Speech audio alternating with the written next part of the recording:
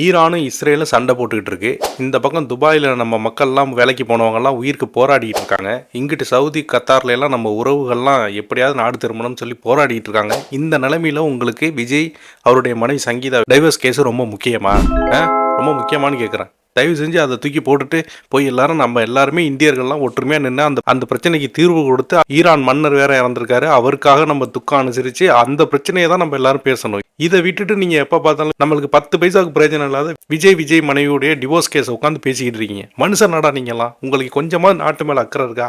அரசியல் தான் தெரியுதா அப்படின்னு சொல்லி கடுமையாக நம்மளை ஒரு குரூப் அட்டாக் பண்ணிக்கிட்டு இருக்காங்க. யார் சாமி இவங்க? இந்த அளவுக்கு அரசியல் பேசக்கூடிய நாகரிகமான அந்த குரூப் அப்படின்னு உள்ளே போய் அந்த ஐடியை ஓப்பன் பண்ணி பார்த்தா நம்ம விச்சுவல் வாரியர்ஸ் தான். அவங்க தான் அப்படி பேசிக்கிட்டு இருந்திருக்கானுங்க. அதான் நம்ம பார்த்தோம், என்னடா திடீர்னு உலக அரசியல்லாம் பேச சொல்லி நம்மளை கட்டாயப்படுத்துறானுங்களே, யார் இது என்ன ஏதுன்னு பார்க்கும்போது நம்ம அண்ணனுடைய விஷயங்களை டைவெர்ட் பண்ணுறதுக்காக எல்லாரும் பார்த்தீங்கன்னா சொல்லி வச்ச மாதிரி இப்போ விஜய் ரசிகர்லாம் திடீர்னு பார்த்தீங்கன்னா ஜியோ பாலிடிக்ஸ் எல்லாம் பேச ஆரம்பிச்சிட்டாங்க. ஈரான் இஸ்ரேல் போரெல்லாம் பற்றி பேச ஆரம்பிச்சிட்டாங்க. என்ன ஏதுன்னே தெரியாது. பார்த்தீங்கன்னா அதை பற்றி துளி நாலேஜ் இல்லைனாலும் பரவாயில்ல, இங்கிட்ட ஒன்று அமெரிக்காவுக்கு சப்போர்ட் பண்ணு, இங்கிட்ட ஈரானுக்கு சப்போர்ட் பண்ணு, ஏதோ ஒரு வீடியோ போடு, ஏதோ ஒரு ட்வீட்டை போடு அப்படிங்கிற மாதிரி அடிச்சு தள்ளிட்டு இருக்காங்க விஜய் ரசிகர்கள். இந்த போர் விஷயங்கள் உலக நாடுகளுக்கு பதற்றம் அடைஞ்சா கூட தமிழ்நாட்டில் இருக்கிற ஒரு கூட்டத்துக்கு கொஞ்சம் இந்த போர் விவகாரம், இந்த போர் செய்திகள் அவங்களுக்கு கொஞ்சம் ஆறுதலை கொடுத்துருக்கு டிவிகே தொண்டர்களுக்கு. ஏன்னா கடந்த 3 நாளாக சமூக வலைதளத்தில் மிகப்பெரிய அளவில் என்ன பண்ணுறதுன்னு தெரியாமல் அந்த அளவுக்கு அடி வாங்கிட்டு இருந்த குரூப் தான் இந்த டிவிகே குரூப்பு. இப்போ அந்த போர் நடந்துகிட்டு இருக்கு, ஈரான் இஸ்ரேல் போர். அமெரிக்காவுக்கு எப்படி நீங்கள் உதவி செஞ்சீங்கன்னு சொல்லி துபாயையும் அதை சுற்றி இருக்கக்கூடிய கத்தாரு அப்புறம் சவுதியெல்லாம் பார்த்தீங்கன்னா ஈரான் அட்டாக் பண்ணிகிட்டு இருக்காங்க. இந்த விவகாரத்தினால பார்த்தீங்கன்னா இப்போ செய்தி ஊடகங்கள்லாம் முழுமையாகவே அதுக்கு முக்கியத்துவம் கொடுக்க ஆரம்பிச்சிருக்காங்க. இங்கே இருக்கிற அரசியல் நிலவரங்கள் படி பார்த்தீங்கன்னா இந்த விஜயுடைய விஷயத்தை விடுறதா தெரியலை. இத்தனை நாள் இவனுங்க மற்ற அரசியல்வாதிகளுக்கும் சினிமா நடிகர்களுக்கும் பண்ணிட்டு இருந்தது இன்றைக்கி அவனுங்களுக்கே நடந்தோன்னே எப்படான்னு காத்திருந்தவங்க எப்படி விடுவாங்க? ஸோ தூக்கி போட்டு மிதின்னு மிதிச்சிக்கிட்டு இருக்காங்க. இதில் பார்த்தீங்கன்னா இன்றைக்கி அந்த டிவிக்கோட ஐடிவிங்க எல்லாருமே சொல்லி வச்ச மாதிரி ஒரு ட்வீட் போட்டுக்கிட்டே இருந்தாங்க. நாளையிலேருந்து பார்த்தீங்கன்னா நமக்கு எதிராக மீடியா பயங்கரமான செய்திகள்லாம் வெளியிட போகிறாங்க, எல்லோரும் தயாராக இருங்க, இதை எதிர்கொள்ளணும், யாரும் போய் ட்ராப்பில் சிக்கிறாதீங்க, அந்த மாதிரிலாம் சொல்லி வச்ச மாதிரியே மொத்த விஜய் ஃபேன்ஸுடைய அந்த ஐடிக்களும் பெரிய ஐடிக்களும் ஒரே மாதிரி ட்வீட் போட்டாங்க. ஸோ இது மூலிமா நமக்கு என்ன தெரிய வருதுன்னா, நாளைக்கு ஏதோ ஒரு பெரிய சம்பவம் நடக்க போகுது, டிவிகே கட்சிக்கு எதிராக ஏதோ ஒரு பூகம்பம் கிளம்ப போகுது. அதனால தான் முன்கூட்டியே டிவிகே கட்சியினர் அவங்களுடைய ஐடிவிங்க தயார்படுத்துகிறாங்கிற ஒரு சின்ன தகவல் நமக்கே தோணுச்சு. வாண்டடாக வண்டியில் ஏறானுங்க மொத்த ஐடிவிங்க, எதை நடக்க போகுதுங்கிறது. இதுக்கு மத்தியில் பார்த்தீங்கன்னா கலைப்புலி தானு அவர்கள் பார்த்தீங்கன்னா விஜயை வச்சு அவர் தயாரித்த திரைப்படத்தை எப்படியாவது ரிலீஸ் பண்ணி காசு பார்த்துடலான்னு சொல்லி பல கனவுகளோடு இருந்தார். பொங்கலுக்கு ரிலீஸ் பண்ணலான்னு பார்த்தாரு, பொங்கலுக்கு ரிலீஸ் பண்ண முடியாமல் போயிடுச்சு. அப்புறம் கொஞ்சம் தள்ளி ஒரு 20ஆம் தேதி கிட்ட ரிலீஸ் பண்ணலான்னு பார்த்தாரு. அப்பையும் திரௌபதி 2 வர்றதுனால அந்த இயக்குனர் போய் இவர்கிட்ட கேட்கும்போது கலைப்புலி தானுக்கிட்ட சரி கலைப்புலி தானு அவர்களும் சரி ஓகேங்க நான் கொஞ்சம் தள்ளியாக ரிலீஸ் பண்ணிக்கிறேன்னு சொல்லி அமைதியாக இருந்துட்டார். திரும்ப என்ன பண்ணிட்டாரு, சிவகார்த்திகனோட தாய் கிழவி ரிலீஸ் ஆனிச்சு பார்த்தீங்களா நேற்று முன்தினம். ஸோ அந்த நாளில் பார்த்தீங்கன்னா தெரி படத்தையும் ரிலீஸ் பண்ணுறேன் அப்படின்னு சொல்லி அறிவிச்சிருந்தாரு. அவருடைய கணக்கு என்னவா இருந்துச்சுன்னா, ஏற்கனவே கில்லி படம் ரிலீஸ் ஆகி நல்ல வசூலாக இருந்துச்சு. அப்புறம் ரஜினி சாருடைய படையப்பா ரிலீஸ் ஆகி நல்ல வசூலாக இருந்துச்சு. இங்கிட்ட பக்கம் அஜித்குமாரோடைய மங்காத்தாவும் ரிலீஸ் ஆகிருக்கு.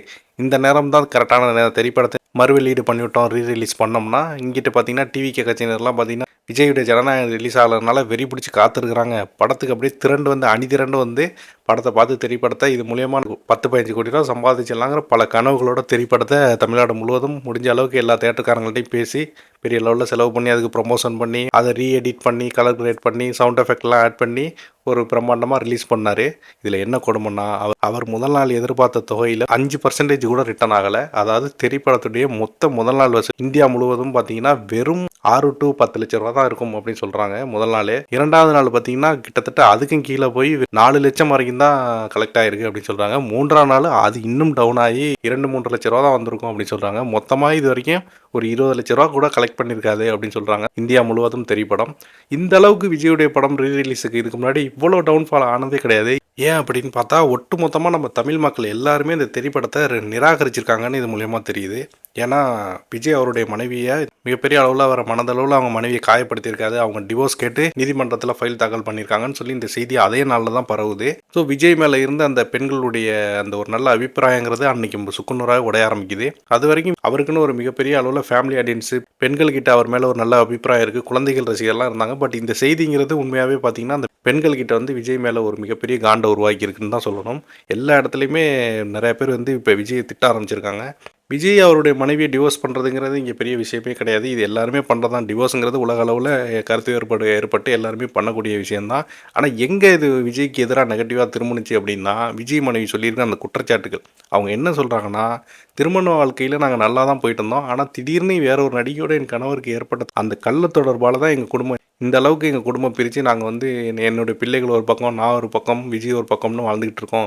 ஸோ இதுக்கு மேலே நாங்கள் ஒன்றா வாழ முடியாது. அதனால் நாங்கள் டிவோர்ஸ் பண்ணுறோன்னா அந்த கேஸில் அவங்க ஃபைல் பண்ணியிருக்கிற அந்த விஷயங்கள் தான் அந்த நம்ம தமிழ் மக்கள்கிட்ட ஒரு பெரிய கோவத்தையே உருவாக்கியிருக்கு.